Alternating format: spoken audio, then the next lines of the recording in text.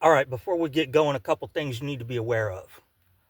Uh, First of all, Moeller is originally Canadian. Yeah, he's fucking Canadian. And second of all, we're gonna listen to a recording that his mother sent me the other day about the time him and his homies was getting ready to go on a trip to fucking Cuba of all places. And before you ask, well, why on earth would Moeller's mother send you a recording of him from 20 years ago? The answer is simple, folks.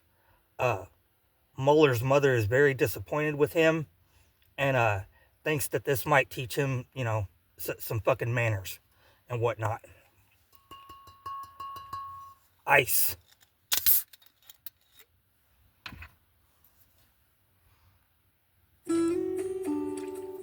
All right, listen up, folks, because I've got one for the books. Picture this.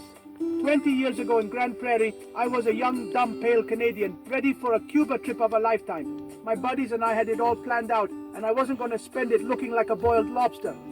So, like any responsible Canadian, I booked myself a few sessions at a tanning salon to build up a nice, crispy base tan. Now, the day before my first appointment, my stomach started making noises. You know the ones. The deep, ominous gurgles that sound like a distant thunderstorm rolling in. But did I listen?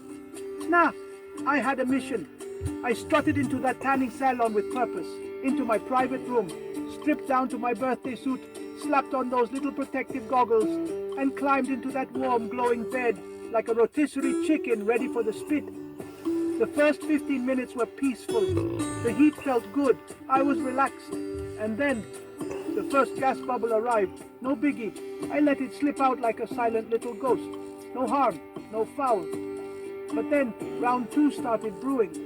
This one had weight to it. You know that feeling when your gut sends you a warning shot? When your intestines whisper, "Hey buddy, this ain't just air." But did I listen? Nope.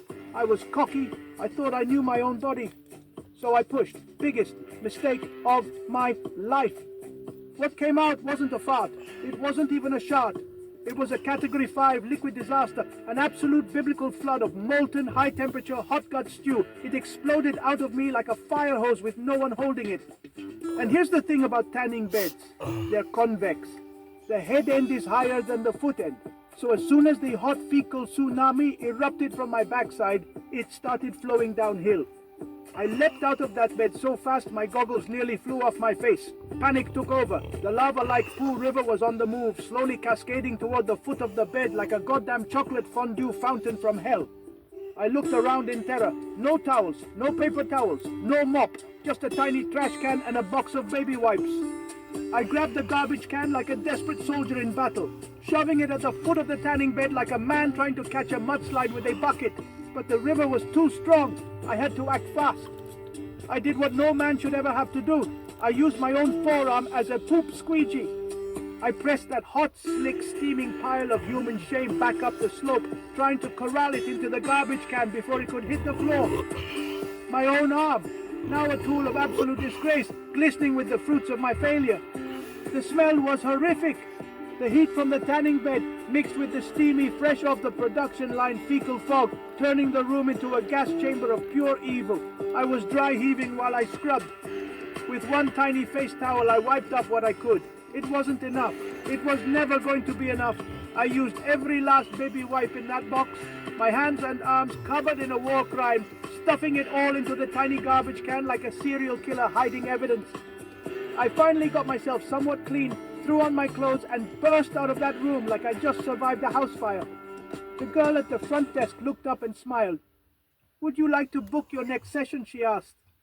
I shook my head, barely holding back the urge to vomit. "Nope, I'm good." Then I walked out that door and never went back.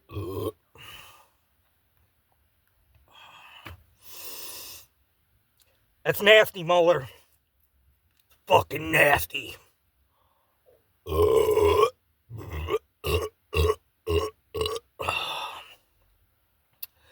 Go fuck yourselves.